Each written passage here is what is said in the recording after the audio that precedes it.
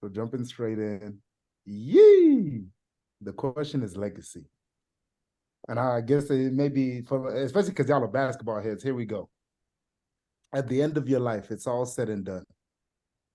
Would you rather have a legacy defined by, let's call it effortless excellence, like a Jordan legacy that people don't like? It's almost like you make it look easy, like it's magic. Like when you show up, whatever you're doing, you deliver. You deliver. Or would you rather have persistent passion, like a Kobe type legacy, where y'all know the work that they put in and the level of effort is different? When others would have quit, I kept going. Like, you capable too, you just not willing. So effortless excellence or persistent passion. Jordan-esque legacy, 6-0, or Kobe legacy, Black Mamba. I'm definitely choosing the latter. I'm choosing the persistent passion. And that's because it's not because I want people to know how hard I worked or how strong I was through adversity or what it looked like from the outside. I truly believe that when you inspire someone and you leave a legacy, that hardship is within the inspiration. Because I'm putting myself in others' shoes of when I'm attracted to a story that, like the rose that rolls out the concrete. That's what inspires me. And I feel like there's so much inspiration and so many lessons and so many God-led situations when people see that passion that you worked for, that it doesn't look easy. I want a legacy where it actually doesn't look easy, because that means that you can do it too. When something looks effortlessly and when something looks so easy, you almost feel disconnected from it. You almost just admire the look of it, and you admire more of that it does look easy and that person doesn't look human, right? You start to admire that more of the adversity that person went through. When someone is going towards, or they've arrived to their passion, when I look back at their story and see similarities that, I'm not crazy, right? I go through this too. I've lost a job as well. I know that isn't easy. You start to mark things off that you see aren't easy. It comes down from so much of a Mount Rushmore to that's my peer, because I know that they went through it too, and that it's not easy, right? Where you start to mirror your own hardships to that legacy, and you start to see if they can get through that and it doesn't look easy and that they're still human, that they still kept going, that means that I can do it too. And that's more of the legacy that I want to leave. I don't want you to think it's easy. I want you to know that this shit is hard. I want you to know that you have to step outside of yourself to do some things, and you have to do that inner work to get to that next step. So to wrap that up, I wouldn't want, honestly, I'm gonna say this now, I wouldn't want anyone to look at my legacy when I leave this world and see that it was easy. I want them to see their self in me, and that being human is getting through hardships and living through those hardships, but also not negating or ignoring that you have a calling on your life. To me, the two, they're different in some ways, but in some ways they're the same, because I think you still achieve a level of excellence either way. Like if you go hard, I mean, we're just going to use the people that you use, Tunji. Kobe and Jordan, they're not that much different in terms of the level of success that they've achieved. Like they're both goats of their time, of their era. They both dominated the world in basketball when they were playing. I think people think effortless excellence comes without work. Like, people don't see the work that Jordan puts in. There's some students of the game who, it doesn't matter if you look effortless or you put it on Front Street, how much work they're going to study the shit out of you anyway, and they're going to figure out like how you got. Those are the real hungry ones, the people who are like, nah, I'm not going for all that effortless. Like, I see through, because I'm trying it too, And the way you make it look, like, we both know it's not as easy. You know, you put in work behind the scenes. I think it's a branding thing to me. It's a framing thing. It's an honesty thing. Um, People give me that allure, and I feel like I have that allure, and I don't really love it. I have the allure that this shit is effortless, like that I'm just doing this shit and I'm just moving these places and I'm flying everywhere and I'm hustling, I'm making money. Like, I have this, like, this guy's just got it, you know? And I don't like that. I don't really like it because it's like, I think it almost discredits me, like that I was blessed with this shit or something like that. Um, I think I've always known I was a little different than people, but I wouldn't by a mile, I wouldn't say that this shit was guaranteed or was promised or like I was destined for this. Like, greatness didn't just show up at my doorstep. So I feel like I already kind of have that legacy of, like, mysteriously great, but that's more so on me because I only post the highlights. Like, I only post when I'm here, you know, I only post when I'm on the beach. I didn't Yeah. post the 150 applications I had to go through, or, you know, like, moving. Like, I didn't post the ugly parts. I just posted, like, the shit that y'all want to see. So the what my mind went to is what we wanted to see and not what we needed to see. And just the more even y'all's answered made me really change my mind, because now that I think about it, I would choose effortless excellence. And the reason why is because of Jordan, you got a Kobe. Like you said, the hungry ones look at the one that's like, oh, that's effortless, that's magic. And they're like, nah, I'm doing these same moves and I know it's not. What are you doing? And then you get a Kobe that gets in the vicinity of a Jordan, not intimidated, and they're like, yo, how do you do this with the defense? How did you set up your checkbook? How did you, like, get a secretary like that? How did you? And they start asking the real questions. yeah. And then that opens up the world to a whole nother level. And they can connect to a Kobe in the way they can't connect to a Jordan, in the way they need to connect to a Kobe. They connected to me like the way, like, they needed to connect with me.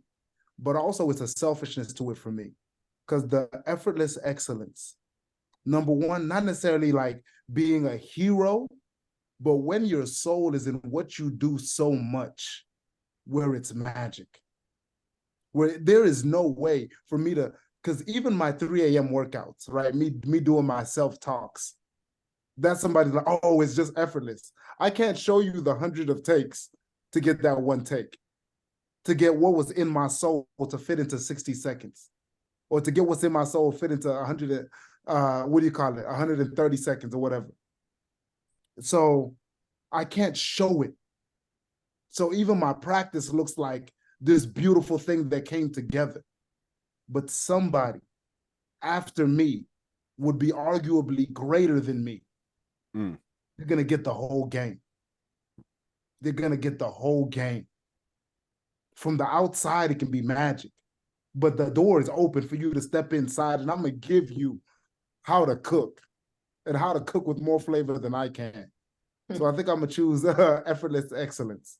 I feel like the masses are like, it just depends on who you're trying to inspire, but I feel like the masses get inspired by greatness just in general, you know? Like, we all love to see somebody who's just, like, amazing, who just, like, just makes us look at this thing like, this is godlike. We all love that. Yeah. But I feel like the creators, like the people who know they're magicians themselves, but they're just not there yet. Like, they don't, it's not that they don't care about greatness, but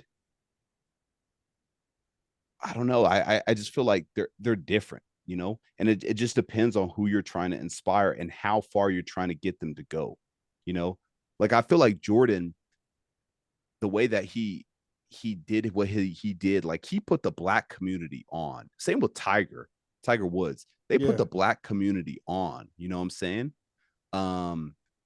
Because they exceeded what people thought was possible. They exceeded the way that a Black person could carry themselves in that space. Like they just vaulted to such a high level. So they raised the common denominator for all of us. But they didn't really show you the behind the scenes. You know, they didn't give you all the magic. So there's just different ways to go about it.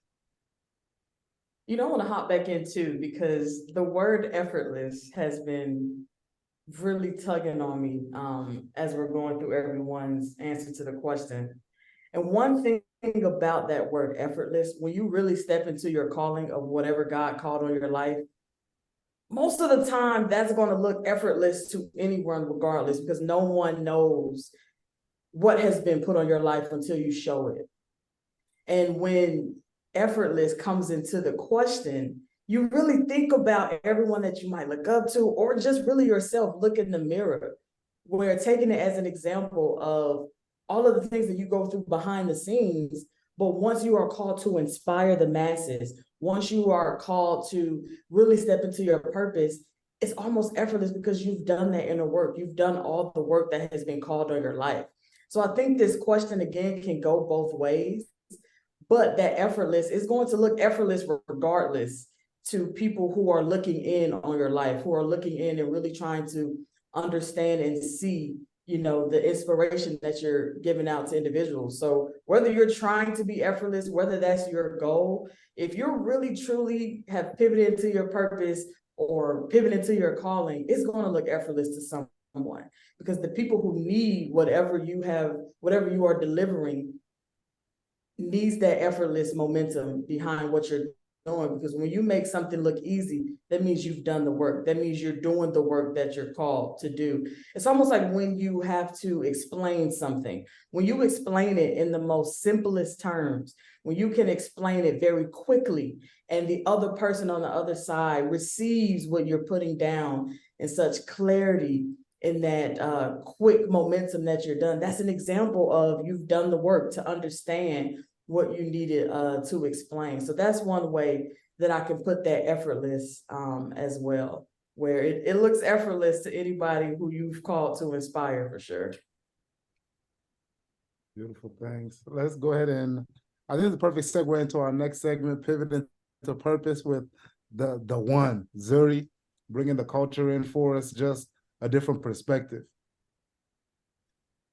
So as Tunji said, to segue into Pivot into Purpose. Pivot into Purpose is a segment where we bring the culture into our brand of Pivot and Proceed. A lot of times, if you're listening to us for the first time or the 100th time, we talk about our own stories. We talk about our own experiences of when we've had to pivot. Maybe we had to be forced to pivot, or we chose to pivot into our purpose or different situations in our life. Well, today I want to talk about this guy. You might know him, you might not have heard about him, but he goes by the name of Jay-Z. And I want to talk about the story really more to the beginning of his career, when he had one of his first hit records, which was Hard Knock Life. This story of how he chose the sample for Hard Knock Life, the sample comes from the movie Annie, which back in the day at this time, Annie was played by a younger white girl.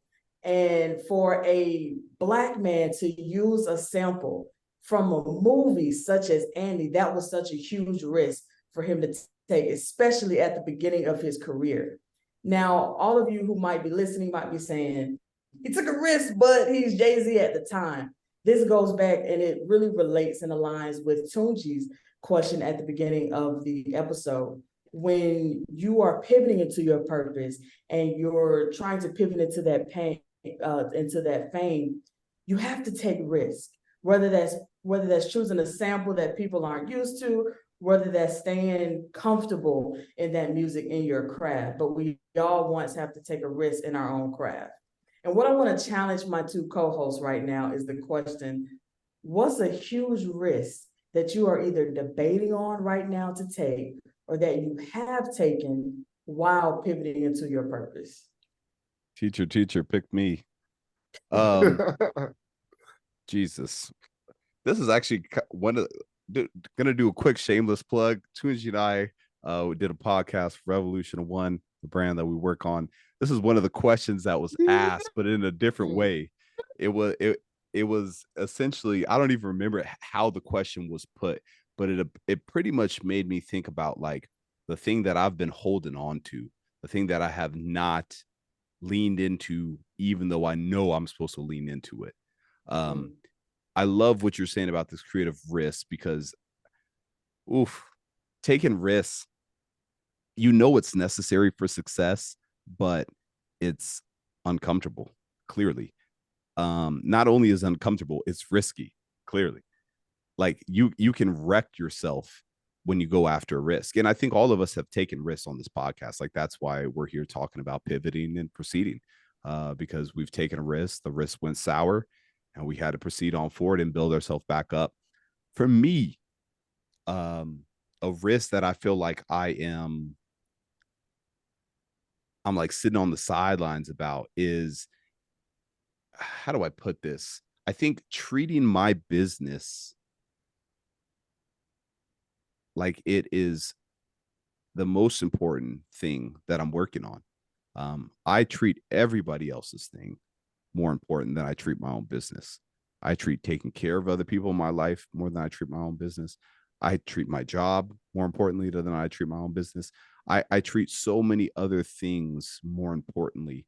And to me, it's safer that way. It's safer to continue maintaining the things that are sustaining your life, sustaining your lifestyle, sustaining your income, sustaining the comfortability of everybody in your life. So it's a risk that I'm not taking by going balls to the wall on the vision, going balls to the wall on the thing that I feel like is going to revolutionize my life. Yeah, I feel myself getting super emotional because mine is really recently just asking myself this question, because I have an opportunity now where not only I can move back to LA, right, and really spend my time 50-50 and make it shake. And it's almost necessary for the vision, right? If I wanted to thrive at a certain level, we talk about sacrifice, moving to LA, like it can thrive, like, and other people win too. But my battle is, and we've talked about this in your segment, Kamau, like my family. If I'm in LA and my grandma dies, right now, I don't know if I'm be able to live with myself afterwards. I really don't. When I have this pocket of time to have her and to be with my mom, especially with my sister carrying so much more weight than I am, right? Taking care of them better than I am. And I'm saying I'm making these sacrifices for the vision first, and then I double down more and I move across the country and I be even less present. If I lose them while I'm not here, when I haven't done right by them, I will have to eat that L for the rest of my life. And it will never be okay with me. And no matter how many people tell me like, oh, it's all right. I mean, think about all the good. No. It'll be a burden I carry and a weight I carry. And the question I'm asking myself is, am I supposed to carry it? Am I supposed to carry it for what I say I want? So that's really, there's no answer for me yet. I haven't decided. I don't know. That's one of those conversations that you can only have with God. Because man, I don't think can even comprehend, like man could only speculate on that. But only God is going to know. And what I realize, the older I get, the quote unquote wiser I try and get, that there are no right or wrong answers in this situation. Yeah. It's what do you value most? What do you value most? And then we talk about being the best in the world at something, shifting the world. And these sacrifices are what makes the difference. And to look at yourself in the mirror and say, are you him or not? And not know which answer makes you him. And either one makes you him. Because I'm him if I stay with my grandma and I sacrifice. I'm him if I go to LA and I help other Black male teachers thrive. And a piece of my soul is just, I don't know if I don't know if I'm cut like that. Either way, I don't know. And I'm sitting on it. But what I will say is I won't leave to the detriment of my sister, my mom, and my grandma. Right. So I gotta cook to the point where somebody has breathing room, where it's not like they're all suffocating. They're all nah, nah, nah. I'm saying now confidently, like I haven't figured out. I don't. I don't. Like I'm going into my own self talks, but yeah, talking about risk, like a transparency moment. I'm sitting on that one. I don't have it figured out. And this really Saturday, where this question popped up in my mind, like 4 or 5 days ago, really 4 or 5 days ago. So yeah, I got a Jay-Z Hard Knock Life moment where I got to figure out, hey, you going to use the sample or not? Gonna take the opportunity or not? It's calling to you. It's here. Your situation that you just explained, Tunji, really is taking me back to how to answer this question for myself before we segue out. And it's taking me back to a interview / conversation that I heard Robert F. Smith make over these past few days, where he kept relating and asking the question of asking himself, which side is the correct side for you, right? If the right side is, working a 9 to 5 every day, then that's the right side for you. If the right side for you is to build a business and dream and inspire someone, but build it off your own back and on your own shoulders, then that's the right side for you. But you have to decide what's that right and wrong side. And right now, that's the biggest risk for me. It's not so much a specific moment that's a risk that I saw really bloom. It's right now, it's a decision. And a decision for me right now is the biggest risk. And it's hard. I have to really get down and ask myself, where is that right and wrong side for me, and being honest about it, right? Being humble enough, being, setting your ego to the side and making sure that you're making that right decision for this season, and for this season of my life right now, and your situation where you're really trying to make that decision. But like you said, you will be him in either side. But a lot of times we still want to make that perfect, right? It's not about being right or wrong. It's about us making sure that we're making that perfect decision. And to all the listeners, with this question, I just want you to think about, what's that risk that you're willing to take, or what's that risk that you have taken, and really revisit those risks and see, has it gotten you where you want to be, or do you still have some risk to take to still get you there? Because even having a dream sometimes is a risk. Like even making up those plans and thinking that you could even accomplish those dreams, that's a risk in my book, at least. That's how I look at it. So if you don't have those risks yet, if you haven't taken those risks, you got to start moving. But when you take risks, that means you're at least moving towards something, and you're moving towards the dream for sure. Absolutely. And what it makes me think about is the fact that ignorance is bliss. Because there was a certain time where I just picked up and moved to LA, and I didn't realize, what I was potentially doing, what was at stake in my absence. It took a life and pain and almost losing my mom and losing different people to realize, like, time is, you're not a god of time. You don't get it back. And so now that I've had that experience, I've almost lost, and now you're put in the same situation. And now even saying that, it makes me think, okay, God put you in the same situation until you learn the lesson. So let me share something that's kind of been trippy. One of my colleagues is 46 years old. He's married. He has a daughter who's maybe 8, and then another one who's like 8 months. Healthy guy, very intelligent guy. one of the hardest working guys I know, recently was diagnosed with stage 4 lung cancer. Not a Jesus. smoker, not a smoker. That lung cancer has crept into his brain, and now he has a tumor in his brain. And 46. And now he has like a clock on how long he's going to live, or that's what it sounds like at this point. And for me, because I talked to him yesterday or the other day, like he came into the office. He's standing there looking normal. He's standing there looking like how I remember him, like Yeah. 3-4 years, 5. I've known this guy for a while now. Yeah.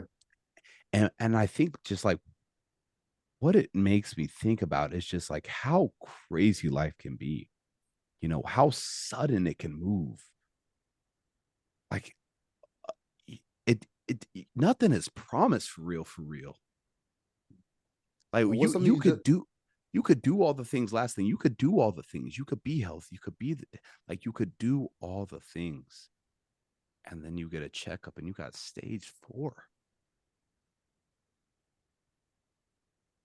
and what's so powerful about what you just said is like now he has a clock, right? Like he has a clock on what's the time he has left on life. And what's so crazy is that we all have a clock. What's wild about his situation is he can see his, right? You got to look at your mortality like 10 years tops, 5 years tops, 3 years tops, 6 months tops. Because we get Buddha said this, the greatest our greatest trouble is we believe we have time. Like that's humans' greatest struggle, greatest problem in life. You think you have more time. Yeah.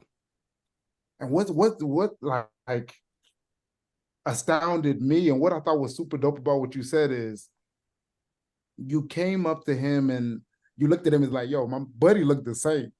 The Because we same. imagine if we have 6 months left, like, what would we do? Would we be like, I quit? Or but if you're living your passion, you're living what you would be doing anyway, it's like, and go where? Right? If this is exactly where I'm supposed to be, doing exactly what I'm supposed to be doing, where do you run to? You run to your dream. You run to what you were doing already. And I think that's a huge factor right there. That's almost a question of myself, because it's beautiful to be in this moment where I ask myself that same question. If I figured out like, yo, Tunji, you have 6 months left. Exactly. Do you run somewhere else? Exactly. And that's it for me, is like I want to be closer to the point when I do find out I have 6 months left. I don't need to move because I know where I've arrived. Yeah. Like it's not in a place that I stop doing what I'm supposed to be doing, but I'm in a place I know I'm supposed to be here. I'm in the best place that God can use me to do Yeah. what I need to do. And then I just continue to do what I need to do. But I know how far I feel from that destination. Yeah. I think the only thing that I can hold down, we talk about pivot and proceed. At the very least, at the time that I have 6 months left, if today was the day, I'm on the journey that I chose. Right? I was chasing that thing that God put in me to give to this world, to become. I was actually becoming. I was weighing the risk. I was trying to take the risks. I was trying to get there. And I can live with that. Like God just didn't have me more. And we talk about legacy. Let me tell you, what would they say at your funeral? Oh, I wish God would have given them more time. Say that. Say that. Even if I'm 99, I would, if God would have given him 2 more years. That's a bad boy at 99, right? No matter what age, I wish God would have given him more time. Just 2 more years, just 6 more months, because he was still cooking. So that's really what that's a power. Sheesh. And to hop in that situation that you explained, Kamau, I thought about myself selfishly of when we look at people right? They could be right in front of us, but we don't see what they're going through right now, right? In that situation, it was stage 4 cancer. But for me to talk about this past week, I've had one of the worst weeks I've had in probably a year or two. And I feel like I've been moving and shaking and walking, but like this past week, it's like nobody knows what the hell I've been going through. And it's like, it's really just I have made the conscious decision to get up, keep going, keep chasing. You know, you're closer than you thought you were. You're more emotionally there than you thought you were, or where you were a year ago. And that situation, it talked about stage 4 cancer, but I thought, I've been standing in front of hundreds of people this past week, and they have no idea that I wanted to give up this past week. That I wanted to say, fuck it, to dreams, to people that I've been building with, to friends. And it's like, we never really know what people are going through. It could be, again, stage 4. It could be going through it with family. It could be going through it with their business, that their business just failed. It could be they're going through bankruptcy. It could be they just lost everything. But we're looking at someone right there who's an inspiration, and we don't even know, because we choose not to open our mouth and talk to people. We have to talk to people. We have to ask questions. We have to, sometimes just saying hey and being nice to someone could have someone open up. So to all of our listeners right now, man, tomorrow when you see somebody, like, just talk to them, because they could save your life and you could save their life just by opening up to them. Because again, you never know what someone is going through. Even if they look polished, even if they're smiling, even if they're dressed to the nine.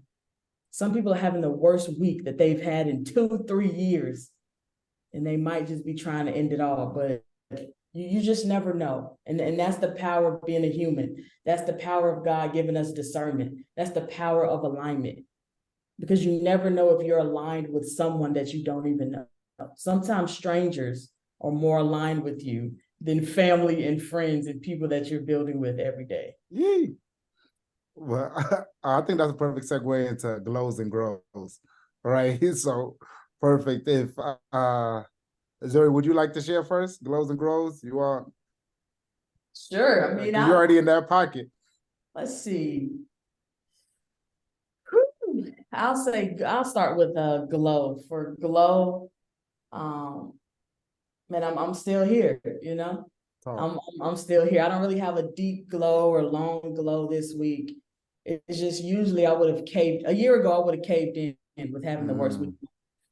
I would have caved in. I would have went into a dark room and kind of just sat there, thought about it, probably made myself feel bad. But when you ask, this is kind of going back to our previous episode where I said, when you ask for a cake and you get all those ingredients, right? I put those ingredients together, but things come to disturb your peace. But when you've done the work, you have the recipe that you've been blessed with to continue to go, to continue to cook, to continue to make what you've been put on this earth to make, and to inspire what you've been brought here to do. So that's my glow. My grow, I would say, man, it's really the same thing. It's just I'm gonna kind of do this differently this week. My grow is that I'm blessed that I have grown and that I'm still growing, because that's a blessing in itself. When we become stagnant and when we become mad at the world, or we become mad at people who we see just won't change, around us, that we've taught ourselves how to bring peace and ask for peace, but when we notice that the people around you, no matter if you're close to them or not that close, that they just won't be there with you. Like you can't make someone be someone else. And I think that's the power of growing. That's the power of maturing. That's the power of even being in a place to see it as a positive. So that's my growing glow. My soundtrack to my growing glow would be Burna. I knew it. Come I on. knew it. Say it. Come on. Say it. Come say on. It. Say it. I have been listening to Burna Boy a month straight. Hold on, can I guess your song? Can I guess your song? Yeah, you can guess it. I'll put a stack on If I'm Lying. Come on now. Come on now. I So know you my know me. people. I So know you my know me. Damn. That's a good pick. Yo, this song, the lyrics go something like this. It's first of all, he just dropped a new album. It's called I Told Them. And the song is so beautiful because he is really stepping into his confidence. And you just hear, we talk about risk taking, we talk about, the question that Tunji asked in the beginning. And this song is really embodying that he's put in the work, that he's done the work, that he's living in his dream. And he's literally telling us that if he's lying, then the birds in the sky will stop flying. If he's lying, then the trees in the world, like if he's lying, then the sea and the ocean will start drying. And those lyrics really spoke to me because when you're really chasing something that you love, when you know you're not crazy, when you've told people who you're going to be, even if you're not there yet, people who not believe in you, you can already start saying that you told them what was up and that you're not lying, that you're really stepping into your power. So that's my soundtrack. Burna Boy, If I'm Lying. When you turn it on, just think about where you're trying to go or where you are, and just know that you know what you're talking about and you know where you're going to go. Yeesh. Then X. You want to run it, Kamau? You want to talk about it? My glow has, I mean, it's been a hell of a week, but we did the Invest Fest thing last weekend, and that was definitely my grow. I think specifically there was a conversation between Steve Harvey and Robert Smith, and it was such a cool feeling because I wasn't sitting that far from them. I wasn't sitting that close to them, but I wasn't sitting that far from them either. And I felt like, even though there was 20,000 other people in the room, I felt like a nephew who just got to sit in on $1 billion conversation. It was big. It was a big moment, you know. I feel like it, yeah, trying to navigate life, trying to go somewhere. Like there's always going to be people who are at the mountaintop that that we trust, and sometimes we trust more than ourselves. That wasn't really the vibe I got from them. I feel like the vibe I got was, it was almost validation. It was validation that, like, I'm on the right path, it was validation that you gotta fucking work like a sickening, like so you have to work so hard that it's sickening, you know. And I think it was just such a good reminder to me that, because I've been feeling really tired this week, and Nip has that quote where he says, like, whenever I get into those spaces, like, and I feel really tired, like, this is what it's supposed to feel like. Whenever it feels like it's a lot, this is what it's supposed to feel like. And there was a moment where I was sitting in my car, clapping my hands like Will Smith on fucking Pursuit of happiness. I was just clapping my hands in my car at the red light because it's been so much and I've been so fucking tired. But I feel alive. I feel alive. Like I feel like I'm really going for it. And I think all of these combination of experiences this week has just made me like put it into a whole nother gear, because it's not fucking promised.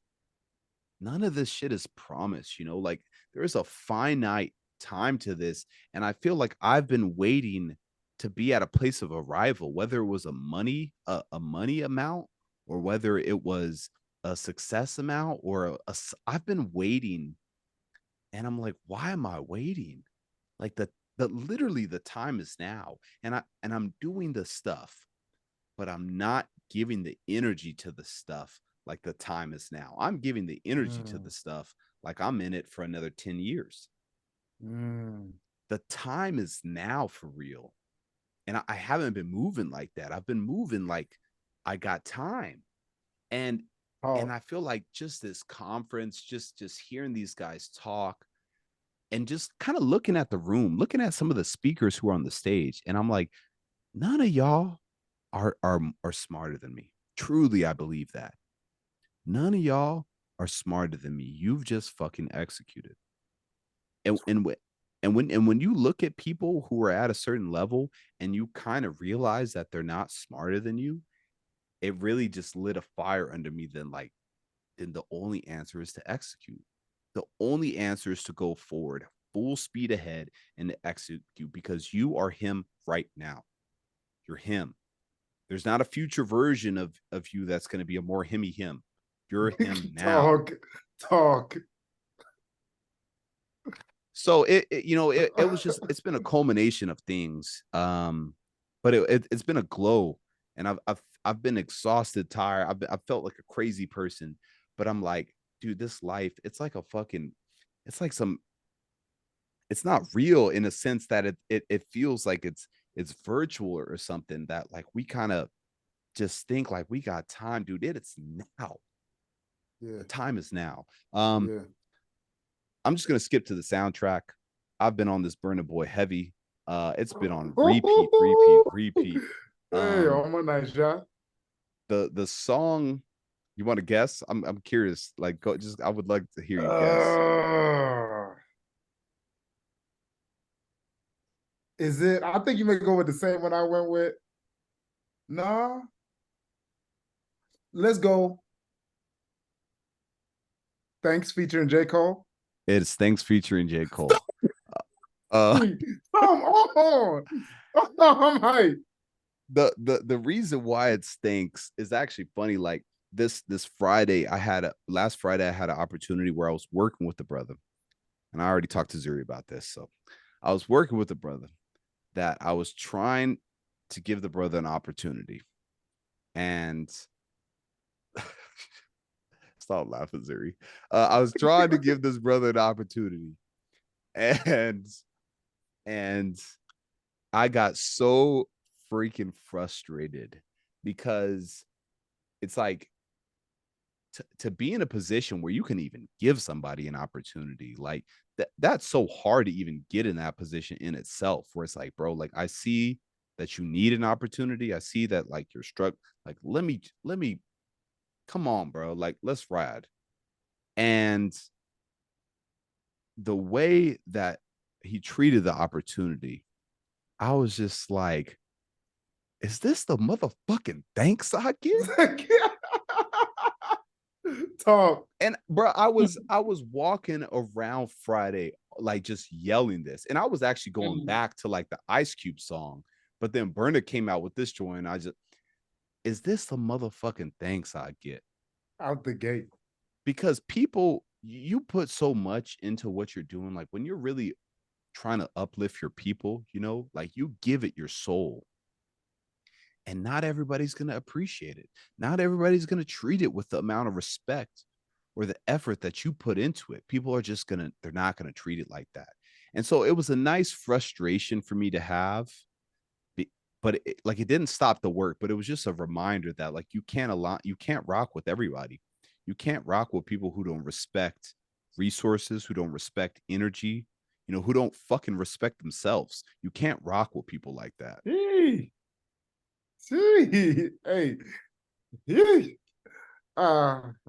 Coming in hot. I'm gonna start off with my grow, and it'll lead into my glow. My grow was, I gave a speech on Monday. From the outside, effortless excellence. You killed it, right? This is gonna turn into another week of coming out here and hitting all these different schools and everything. I'm driving in the car. I'm trying to send a text saying, like, basically, how do I put into words where that was a C to me. That wasn't polished.